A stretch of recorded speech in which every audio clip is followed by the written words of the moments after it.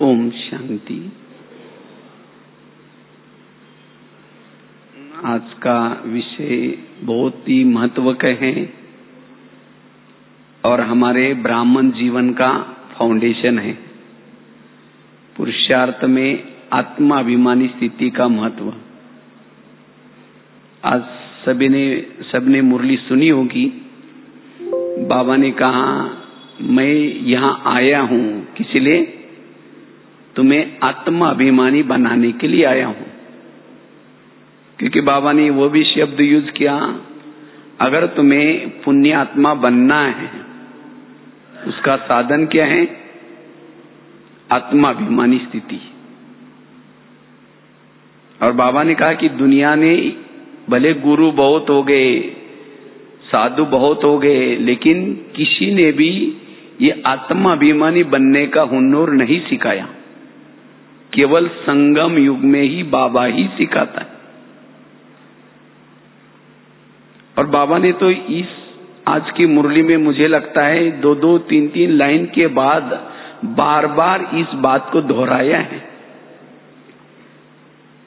क्योंकि ये लेसन हमारे पुरुषार्थ में बहुत महत्व का है।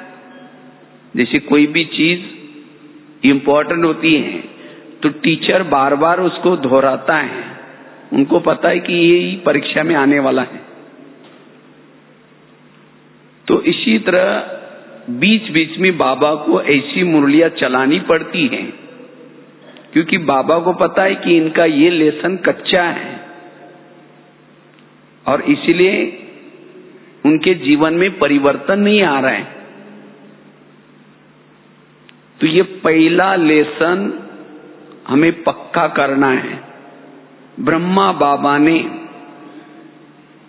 इस लेसन के ऊपर कितना ध्यान दिया, और बाबा इसी एक लेसन से बाबा ने कितना बड़ा ऊंचा पद प्राप्त किया। तो फॉलो फादर करना मतलब क्या करना? जो बाबा ने किया, ब्रह्मा बाबा ने किया, वही हमें करना है। नहीं तो कई भाई बहनों को पुरुषार्थ में मेहनत लगती है, संस्कार परिवर्तन में मेहनत लगती है, किसी के अंदर की कमी कमजोरी दिखाई पड़ती है। ये सब का कारण क्या है? हमारा देह भान।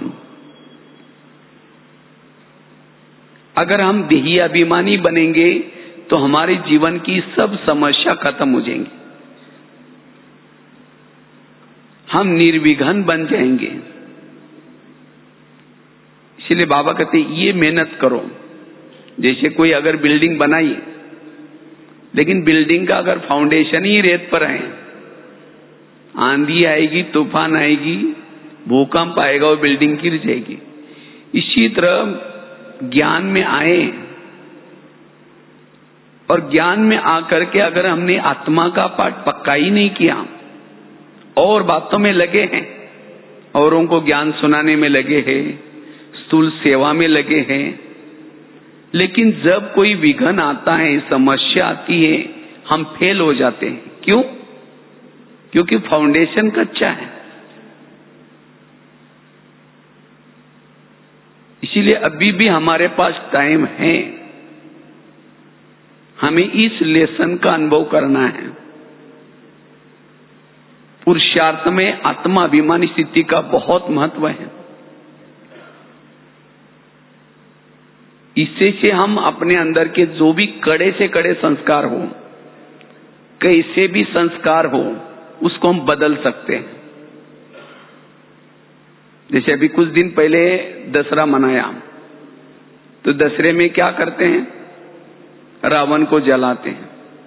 वैसे तो कहते हैं जब राम और रावण का युद्ध चल रहा था, राम क्या करता है? रावण का एक सिर काटता है, फिर दूसरा काटता है, फिर तीसरा काटता है, रावण नहीं मरता।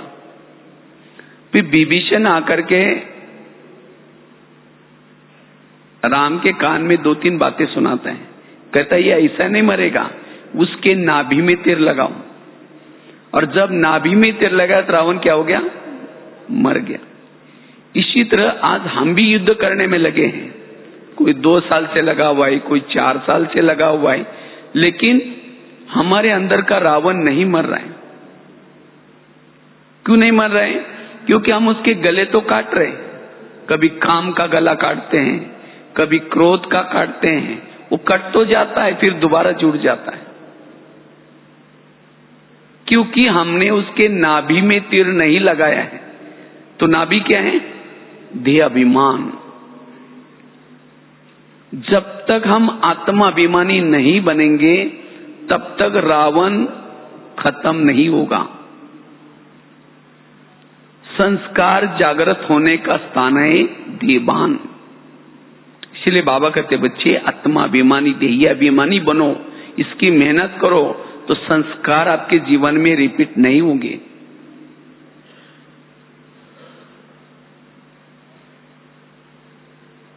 जब हम आत्माभिमानी बनेंगे तो हमारे जीवन में गुण और शक्तियां भी आएगी।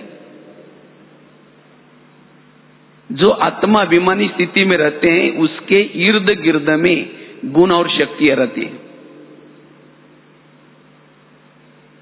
चाहे सहन शक्ति, चाहे परखने की शक्ति, चाहे निर्णय शक्ति, चाहे अंतर्मुखता का गुण, धैर्यता का गुण। आज कई भाई बहने चाहते हैं मुझे मेरे अंदर सहन शक्ति आए, लेकिन जब समय आता है तो सहन नहीं होता, संकल्प चलते हैं। कारण क्या है? देहभान। हमने वो आत्माभिमानी की मेहनत नहीं की है तो कैसा सहन होगा? वास्तव में आत्माभिमानी स्थिति पुरुषार्थ है, दैवी गुण उसके फल है। अगर हमने ये पुरुषार्थ किया है आत्माभिमानी स्थिति का तो ऑटोमेटिकली हमारे जीवन में दैवी गुण आएंगे। सहन शक्ति आएगी, धैर्यता आएगा, सभी गुण आएंगे। और जब हमारे जीवन में दैवी गुण दिखाई पड़ेंगे तब हमारा व्यवहार सबको बड़ा प्रिय लगेगा, सबको बहुत अच्छा लगेगा। आज कोई हमारे से किनारा करता है, हमारा व्यवहार देख करके उनके भी संकल्प विकल्प चलते हैं। क्यों? हमारा देहभान है, और देहभान के कारण हमारे अंदर दैवी गुण नहीं है, दैवी शक्तियां नहीं है, और इसलिए कभी कभी हम खुद भी धोखा खाते हैं। इसलिए ये आत्माभिमानी स्थिति की मेहनत करनी है जिससे हमारे जीवन में दैवी गुण आएंगे, दैवी शक्ति आएंगी। जितना ये आत्माभिमानी स्थिति की मेहनत करेंगे उतना अति इंद्रिय सुख मिलेगा।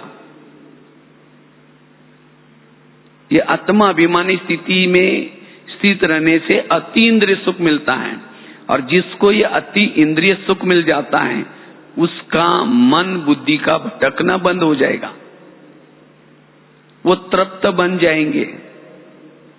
उसके अंदर से गीत निकलेगा, पाना तासो पा लिया। बाबा कहते ना, बाप क्यों भूल जाता है, बाबा की याद क्यों भूल जाते हैं? क्योंकि स्वयं को भूल जाते हैं। इसीलिए कहते हैं ना, जो खुद को भूल जाता है उसको खुदा भी भूल जाता है। हम कहते बाबा की याद हमें रहती ही नहीं, क्यों? हम अपने आप को भूल जाते हैं।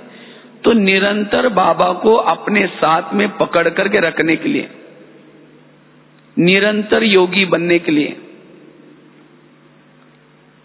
हमें आत्म अभिमानी स्थिति में रहना है। देही अभिमानी स्थिति में रहने से, आत्मा अभिमानी स्थिति में रहने से निरंतर अपना देश भी याद रहेगा, घर भी याद रहेगा, अपना बाप भी याद रहेगा, अपने गुण भी याद रहेंगे, भविष्य में मिलने वाला वर्षा भी याद आएगा, सब कुछ याद आएगा केवल आत्माभिमानी बनने से। इसीलिए बाबा कहते बच्चे इसका पुरुषार्थ करो। बाबा कहते मैं तुम्हें और कोई मेहनत नहीं देता हूं, बस ये एक मेहनत करो आत्माभिमानी स्थिति में रहने की। और जो इस आत्म स्वरूप में स्थिति में रहते हैं उसका मन पर कंट्रोल आता है।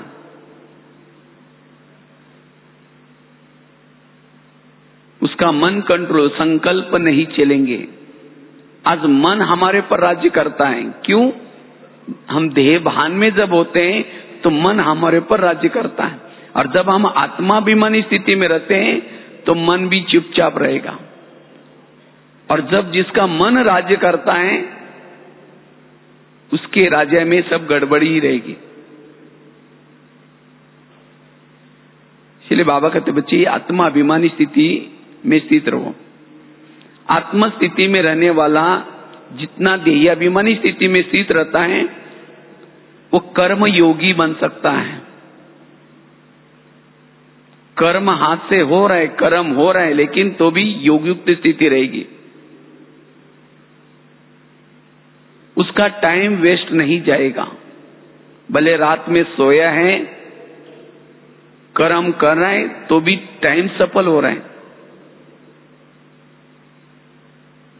इसलिए इसका पुरुषार्थ करना है। जितना ये आत्म स्वरूप में रहते हैं उतना हम अपना दर्शन कर सकेंगे। जिसको आत्म दर्शन होता है, अपनी आत्मा जिसको दिखाई पड़ती है, उसको इस संसार का व्यर्थ कुछ भी दिखाई नहीं पड़ेगा। और जो आत्मा अपने आप को देखता है, अपना खुद का दर्शन करता है, उसको परमात्मा का भी दर्शन होता है, जिसको बाबा कहते हैं अंतर्मुक्ता।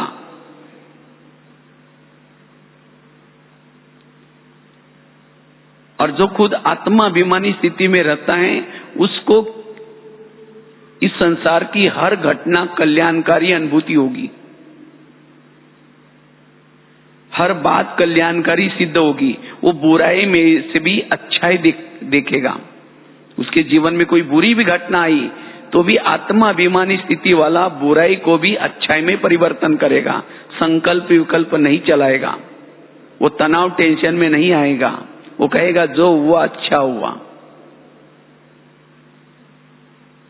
उसको कोई भी घटना बुरी नजर नहीं आएगी, कोई भी व्यक्ति भी बुरा नजर नहीं आएगा, किसी के अंदर अवगुण दिखाई नहीं पड़ेंगे। किसको? जो आत्माभिमानी स्थिति में रहते हैं उसको।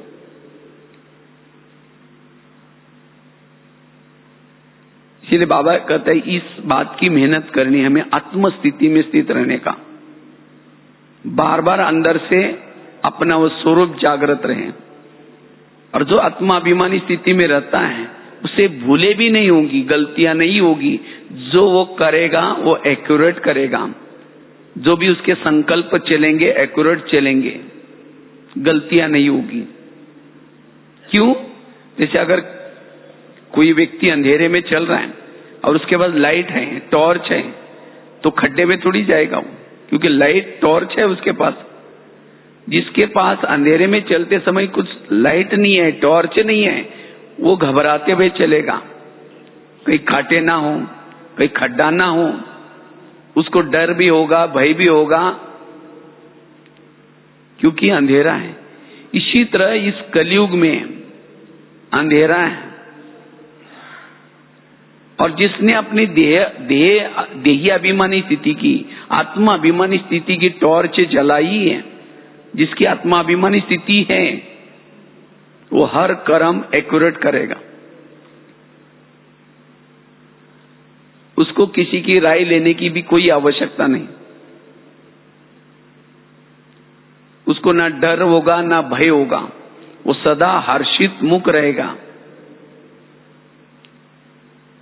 ओरिजिनल हर्षित मुक्ता की स्थिति रहेगी, जिसको बाबा कहते हैं ना बच्चे सदा खुश रहो।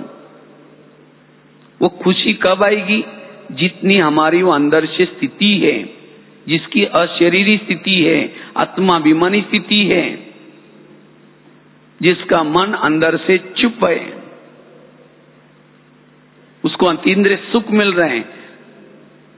वो कैसी भी परिस्थिति हो, कैसी भी बातें हो, लेकिन उसकी अंदर से वो हर्षित मुक्ता की स्थिति रहेगी, खुशनुमा स्थिति रहेगी।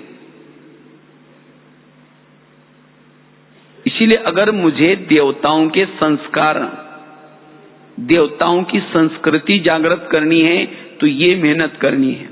वास्तव में बाबा परमधाम से क्यों आया है? हमें आत्माभिमानी बनाने के लिए आए हैं। ये कलयुग क्यों बन गया? सब देह भान में आने के कारण क्या हो गया? कलयुग हो गया। सतयुग कब आएगा? जब हम सब आत्माभिमानी बनेंगे तब क्या आएगा? सतयुग आएगा। इसलिए ये मूल लेसन है, यही आज हमारे जीवन के प्रॉब्लम का कारण है। अगर मैं ब्राह्मण बन करके मेरे जीवन में कोई प्रॉब्लम्स आ रहे हैं, कोई संस्कारों के प्रॉब्लम, कोई विकारों के प्रॉब्लम, कोई व्यक्ति के तरफ से प्रॉब्लम आ रहे हैं, उस व्यक्ति की गलती नहीं है। मैं देह भान में आया हूं, इसीलिए मेरे जीवन में प्रॉब्लम है और कुछ नहीं है। और हम क्या कहते हैं? उसको बदलना चाहिए, उसको ऐसा करना चाहिए। उसको बदलने की कोई जरूरत नहीं, मुझे देही अभिमानी बनने की जरूरत है। अगर मैं देही अभिमानी बनूंगा, वो मेरे लिए कुछ भी करेगा तो भी मेरे संकल्प विकल्प नहीं चलेंगे। इसलिए बाबा कहते बच्चे ये मेहनत करो, ये आत्मा अभिमानी का अभ्यास करो। जितना इस स्वरूप में रहते हैं उतना आत्मा भ्रुकुटी के आसन पर रहती है। आत्मा अभिमानी स्थिति में रहने वाला भ्रुकुटी के आसन पर बैठेगा, और जो संगम युग में भ्रुकुटी के आसन पर बैठता है उसको ही भविष्य का राजा का आसन मिलेगा। जो देह भान में है उनको भविष्य का आसन नहीं मिलेगा, क्योंकि देह भान में आने से गलतियां होगी, इंद्रियों के वश होंगे। इसीलिए ये लेसन हमें पक्का करना है, इसके तरफ मेहनत करनी है। जो ये आत्माभिमानी स्थिति की मेहनत करते हैं उसको और कोई बातों की मेहनत नहीं लगेगी, ना योग की मेहनत लगेगी, ना कोई धारणा की मेहनत लगेगी। आज कईयों को धारणा करने की मेहनत लगती है, बंधनों से मुक्त बनने की मेहनत लगती है, कोई संस्कार परिवर्तन की मेहनत लगती है, कोई किसी के साथ एडजस्ट करना बड़ा मुश्किल होता है। ये सब मेहनत क्यों है? क्योंकि आत्मा अभिमानी स्थिति की मेहनत नहीं करते। इसलिए जिन्होंने ये आत्मा अभिमानी स्थिति की मेहनत की है, बाकी सभी मेहनतों से वो छूट जाएंगे।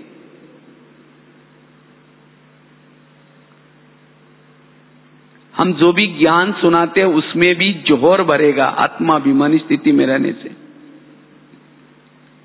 इसीलिए हमें इस बात का, इसका पुरुषार्थ करना है। वास्तव में पुरुषार्थ यही, पुरुषार्थ का अर्थ है पुरुष मतलब आत्मा, रत मन शरीर।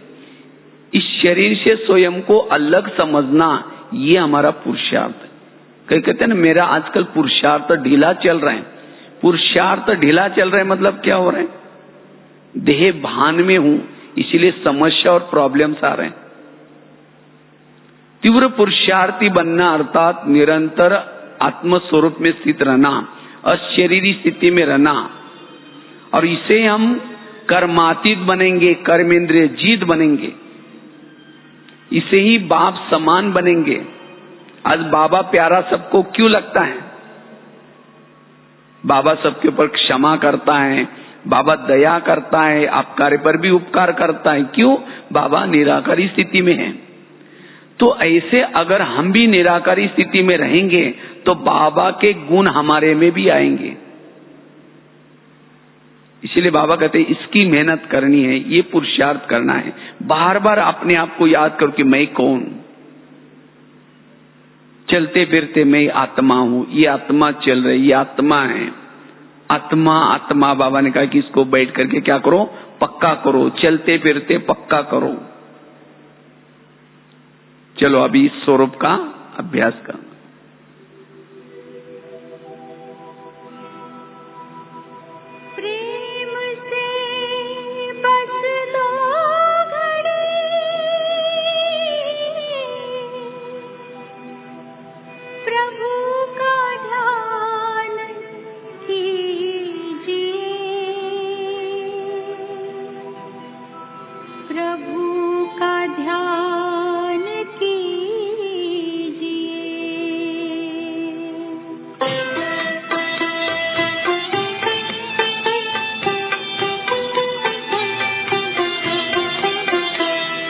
जी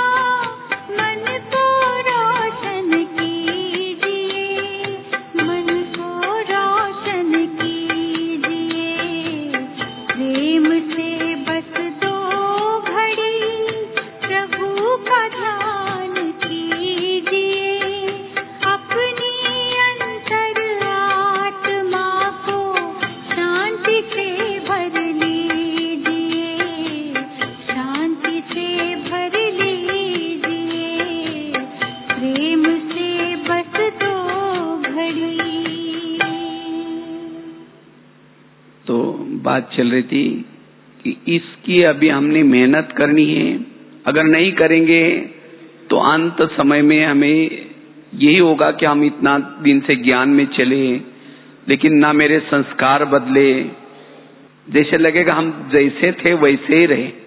क्यों? हमने जो पहला लेसन है उसके तरफ ध्यान नहीं दिया। तो अगर हम अपने आप में परिवर्तन करना चाहते हैं तो इस पहले लेसन के तरफ ध्यान देना है।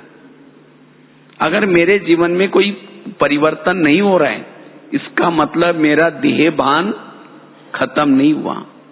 सबसे बड़ा विकार है काम, क्रोध, लोभ, मोह, अहंकार। ये तो बात की बात है, लेकिन सबसे बड़ा विकार है देहभान।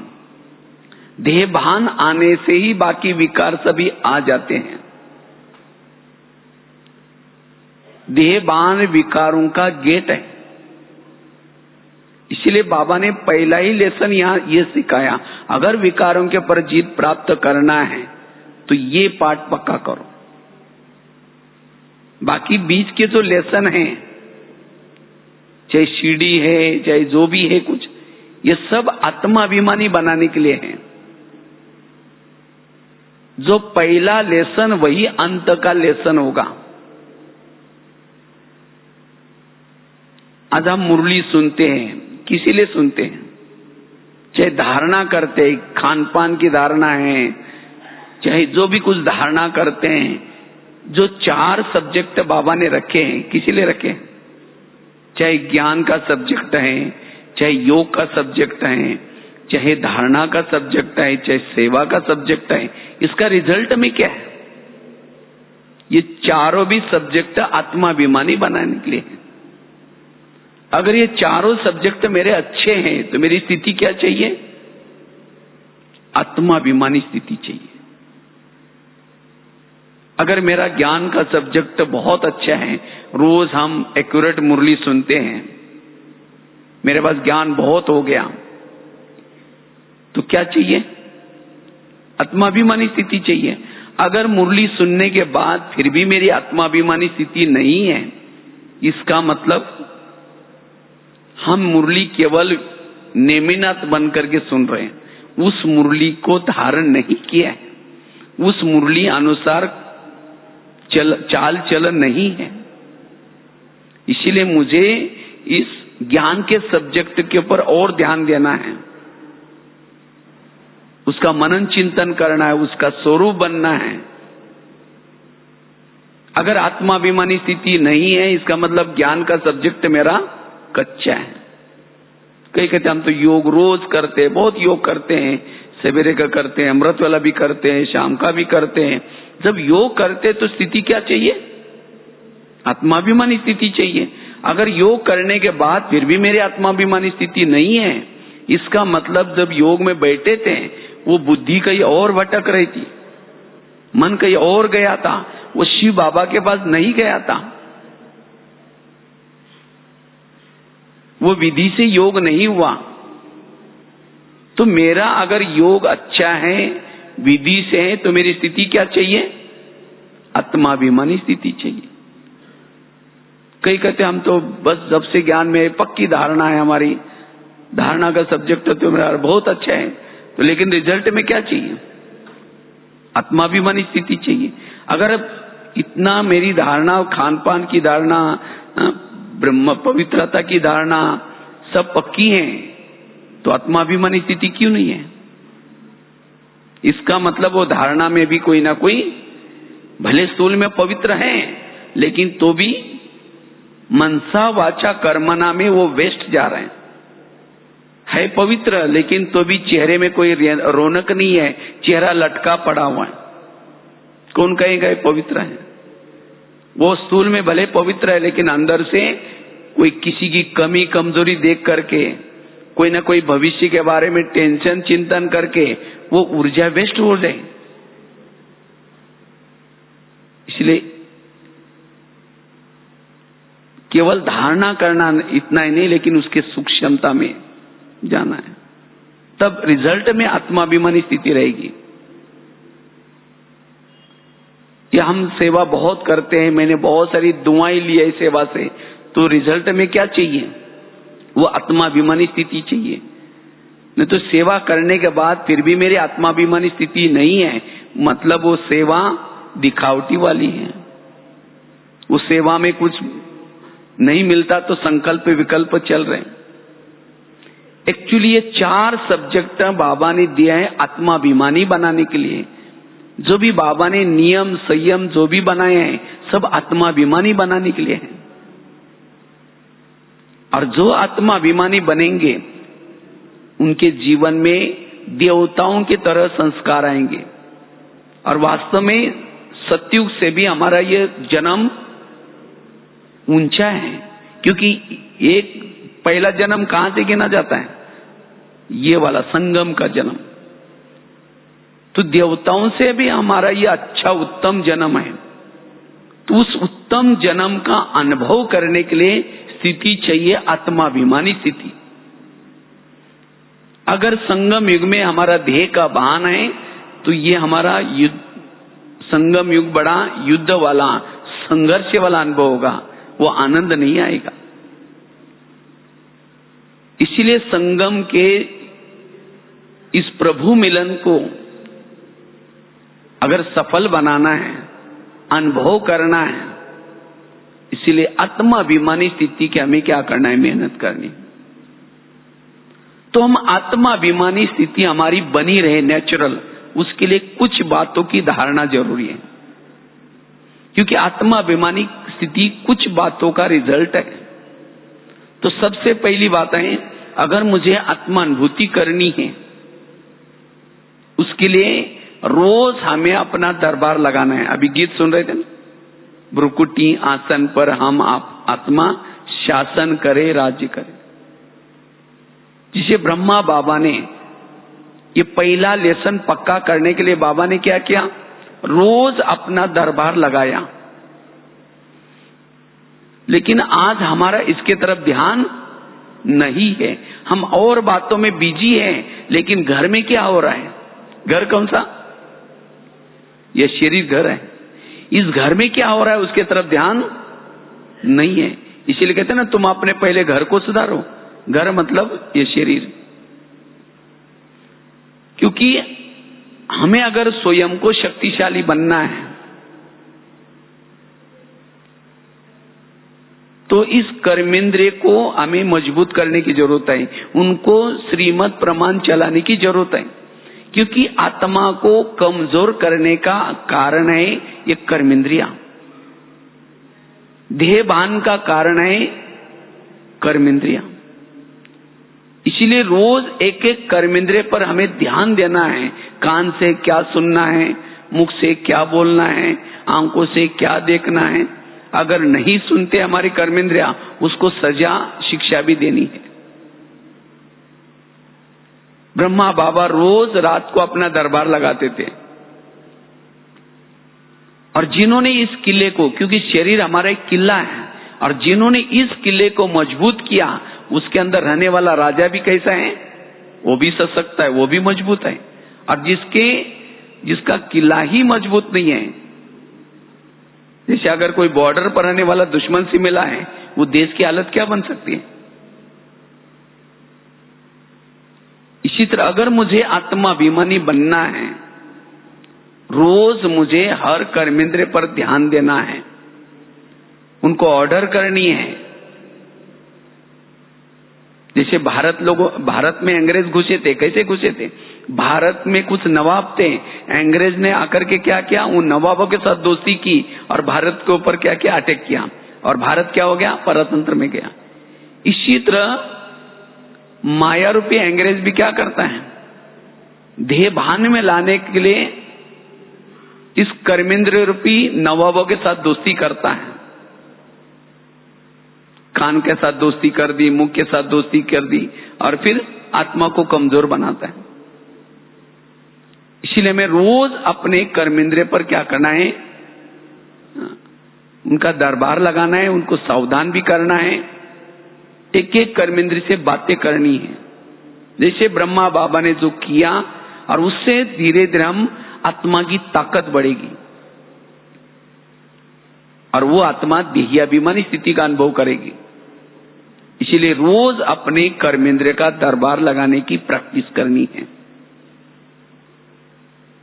कान से बात करो, हे मेरे कान, तुम मेरे इस राज्य के शान हो, अगर तुम ना होते तो मैं ईश्वर के महावाक्य कैसे सुनता। इसीलिए हे कान, तुम्हारा बहुत धन्यवाद, तुम मुझे बहुत सहयोग देते हो। लेकिन कभी कभी हे कान, तुम कभी व्यर्थ बातें भी सुनते हो। व्यर्थ बातें सुनने के लिए तुमको मैंने रखा है। अगर तुम व्यर्थ बातें सुनेगा, मैं तुम्हें सजा दूंगा। तो ये दरबार में लगा करके उनको बताया, फिर रात को चेक भी करो। इसी तरह जिन्होंने अपने स्वयं की कर्मेंद्रिय पर ध्यान दिया, वो व्यर्थों से मुक्त बनेगा। और जो व्यर्थों से मुक्त बनेगा, वो क्या बनेगा? वो सशक्त राजा बनेगा, वो आत्माभिमानी बनेगा। दूसरी बात है, अगर आत्माभिमानी बनना है, उसके लिए संकल्प हमारे समर्थ हो। जिसके संकल्प समर्थ, संकल्प पॉजिटिव, वही आत्माभिमानी बन सकता है।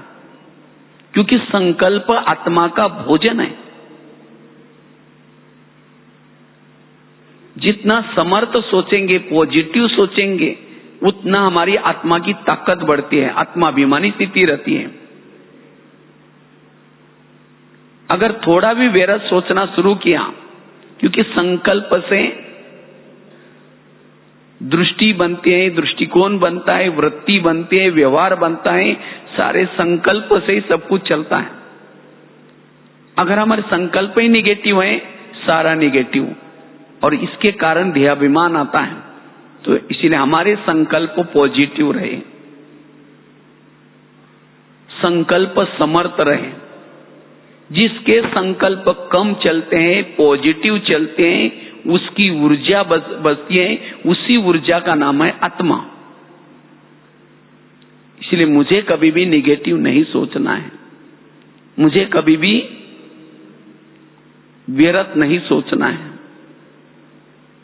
सदा पॉजिटिव सोच, पॉजिटिव सोच से हम आत्माभिमानी बनेंगे, अशरीरी बनेंगे। इसलिए व्यर्थ संकल्प से मुक्त। कहा जाता है, क्योंकि जितना व्यर्थ में रहेंगे उतना डर होगा, भय होगा, और जहां डर है, भय है, वही तो ध्येयवान है।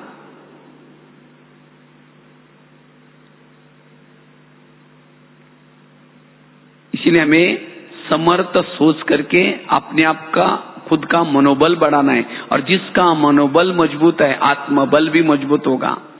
जिसका मनोबल कमजोर है, जिसके संकल्प व्यर्थ है, वो ध्येयाभिमान में आता है। इसलिए व्यर्थों से स्वयं को मुक्त रखना है। तीसरी बात है, अगर आत्माभिमानी स्थिति का अनुभव करना है, जो भी बाबा ने हमें ईश्वरीय नियम और मर्यादा दी है, खान पान के लिए नियम दिए हैं, चाहे उठने के लिए, हर चीज के लिए बाबा ने नियम और मर्यादा दी है। तो जितना हम नियम और मर्यादा में रखते अपने आप को, उतना हम समर्थ बनेंगे, आत्माभिमानी बनेंगे। लेकिन आजकल कभी कभी हम क्या करते हैं, कहते हैं कि हम तो नए नए हैं, थोड़ा कुछ चलता है, मशीन मेड है, इसलिए खाने में नियम तोड़ते, कभी कभी देखने में भी, और उसके कारण फिर ध्येयभान जागृत होता है। तो अगर मुझे ध्येयाभिमानी बनना है, उसके लिए ईश्वरीय नियम मर्यादा में मुझे सशक्त बनना है, शक्तिशाली बनना है। थोड़ा नियम मर्यादा ढीली हो गई, ध्येयभान जागृत हो गया, और जहां ध्येयभान आ गया, वहां पुराने संस्कार आ गए, पुरानी बातें आ गई, सब कुछ आ गया। इसलिए आत्माभिमानी का साधन है श्रीमत का पालन, एक्यूरेट। तो कितनी बातें बताई? 3 बातें बताई। पहली बताई, रोज हमें अपना दरबार लगाना है। दूसरी बात बताई, व्यर्थ संकल्प से स्वयं को मुक्त रखना है। तीसरी बात बताई, श्रीमत का पालन। चौथी बात है, अगर मुझे आत्माभिमानी का अनुभव करना है, उसके लिए बाबा ने जो हमें एक बहुत अच्छा साधन दिए हैं, एक तो अमृत वेला का योग, दूसरा है क्लास के पहले का योग, और तीसरा है मुरली। ये रोज की दिनचर्या में इन 3 बातों के ऊपर ध्यान रखना है। ये 3 बातें हमें आत्माभिमानी बनाती हैं। तो इसलिए हम अपने दिनचर्या में रोज इन 3 बातों के ऊपर ध्यान दें। अमृत वेला का योग, क्लास के पहले भी आकर के थोड़ा सा योग करके फिर मुरली सुननी है। नहीं तो कभी कभी हम क्या करते हैं, अमृत वेला तो कर लेते हैं लेकिन आंखें बंद हैं, या जो नशा होनी चाहिए वो नशा नहीं है, तो उससे वो आत्माभिमानी स्थिति का अनुभव नहीं होगा। तो इसलिए अमृत वेला भी अलर्ट और विधि पूर्वक, और साथ में क्लास के पहले भी थोड़ा सा योग करके फिर मुरली सुननी है। अगर क्लास के पहले केवल महावाक्य सुने, उससे वो नशा जो चढ़नी चाहिए वो नहीं चढ़ेगी। इसलिए जितना हम आधा घंटा योग करके मुरली सुनते हैं, मन एकाग्र होता है और एक एक महावाक्य से वो नशा चढ़ते हैं और उससे हम आत्माभिमानी बनते हैं। अगर सवेरे सवेरे ये 3 बातों की जिन्होंने मेहनत की है, सारा दिन वो आत्माभिमानी स्थिति में रहेंगे। तो ये 3 बातों की तरफ ध्यान। कितनी बातें हो गई? क्या 5वीं बात है, अगर आत्माभिमानी बनना है, पवित्रता की धारणा। क्योंकि पवित्रता, जितनी हमारे पास पवित्रता है उतना हम आत्माभिमानी स्थिति का अनुभव कर सकेंगे। क्यों पवित्रता जरूरी है? क्योंकि पवित्रता से ही हमारा आत्मा का दीपक जलता है। जैसे पहले जमाने में वो दिया या चिमनी रहती थी, उसमें केरोसिन डालते थे।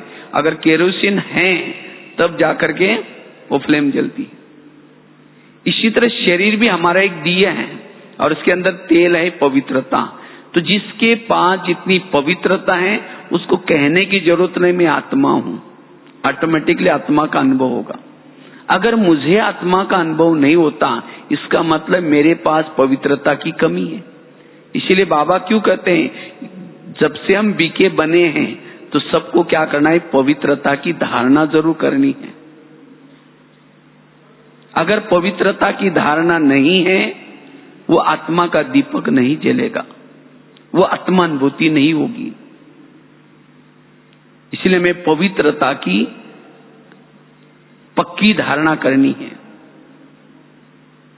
उससे हमारा आत्मा का दीपक जलता रहेगा। और लास्ट की बात है, अगर हमें आत्माभिमानी का अनुभव करना है, हम जब भी योग करते हैं वो योग को क्या करना है, विधि से करने का पुरुषार्थ करना है। विधि से, क्योंकि योग में विधि से करेंगे तो सिद्धि प्राप्त होगी। तो योग की विधि